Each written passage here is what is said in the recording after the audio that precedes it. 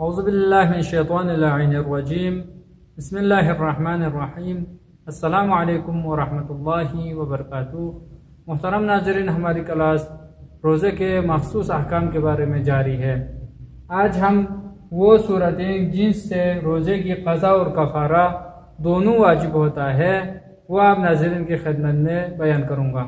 یہ بہت اہم اور مطلبی مسئلہ ہے، اس کو جتنا ہو سکے آگے شیئر کرے تو بہتر ہے، فیس بک پر، واٹس ایپ پر وغیرہ پر، کیونکہ یہ بہت اہم ہے۔ یعنی 3 صورتوں میں روزے کی قضا اور کفارہ دونوں واجب ہوتا ہے۔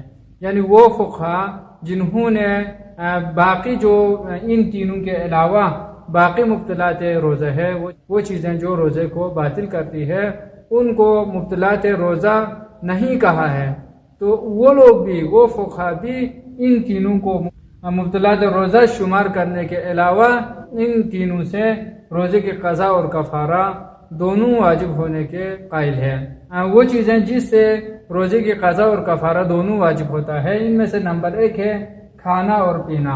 اگر کوئی روزہ دار روزے کی حالت میں کوئی چیز جان بوجھ کر، معلوم ہونے کے باوجود کہ یہ ماہ مبارک رمضان ہے یا میں روزے سے ہوں، یہ معلوم ہونے کے باوجود جان بوجھ کر کوئی چیز کھائے یا پیے، یہ ضروری نہیں ہے کہ پیٹ بھر کر کھائے، بلکہ جان بوجھ کر معمولی سی کوئی چیز جان بوجھ کر کھائے، یعنی 1 چمچ پانی ہی کیوں نہ ہو، جان بوجھ کر اگر نیچے لگا دے تو اس صورت میں اس کا روزہ باطل ہے اور روزے کے قضا اور کفارہ دونوں واجب ہوتا ہے۔ اور روزے کا کفارہ کیا ہے وہ انشاءاللہ بعد والی ویڈیو میں عرض کروں گا۔ نمبر 2 ہے جماع کرنا، یعنی ہم بستری کرنا، چاہے یہ حلال ہو یا حرام ہو۔ ماہ مبارک رمضان میں جماع کرنے سے حلال اور حرام میں کوئی فرق نہیں ہے۔ یعنی حلال اپنے جان بوجھ کر اپنے ہمسر کے ساتھ جماع کرے یا نعوذ باللہ کسی غیر محرم، یعنی کسی غیر محرم کے ساتھ، یعنی اجنبی کے ساتھ جماع کرے، دونوں صورتوں میں اس کے اوپر روزے کی قضا اور کفارہ دونوں واجب ہے۔ نمبر 3 ہے حالت جنابت میں اذان صبح تک جان بوجھ کر باقی رہنا۔ اگر کوئی روزہ دار وہ رات میں ماہ مبارک رمضان کی رات میں یعنی جنب ہو جائے، غسل اس کے اوپر واجب ہو جائے، چاہے جماع کے ذریعے سے یا احتلام کے ذریعے سے، اور وہ جان بوجھ کر اذان صبح تک غسل نہ کرے اور بیٹھ جائے اور اذان صبح ہو جائے، تو اس صورت میں اس کا روزہ باطل ہے۔ اس کے بارے میں مخصوص مسائل ہے، اس کو پہلے ایک ویڈیو میں بیان کیا ہے، آپ ادھر جا کے دیکھ سکتے ہیں۔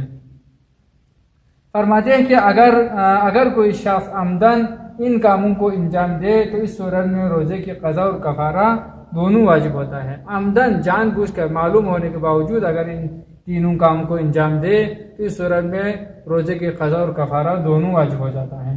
اور اس کے علاوہ ہو، یعنی بعض زیادہ تر فقہاء کرام نے 8 چیزوں کو بیان فرمایا ہے جس سے روزہ باطل ہو جاتا ہے۔ اگر ان میں سے، ان تینوں کے علاوہ ان میں سے اگر کوئی انجام دے دے جان بوجھ کر، تو اس صورت میں فرماتے ہیں کہ احتیاط مستحب ہے کہ وہ قضا کے علاوہ کفارہ بھی دے دے۔ ان تینوں کے علاوہ اگر انجام دے دے تو اس صورت میں کفارہ دینا واجب نہیں ہے، لیکن قضا کرنا واجب ہے۔ قضا کرنا واجب ہے لیکن کفارہ دینا واجب نہیں ہے، لیکن فرماتے کہ احتیاط مستحب ہے، وہ کفارہ بھی دے دے۔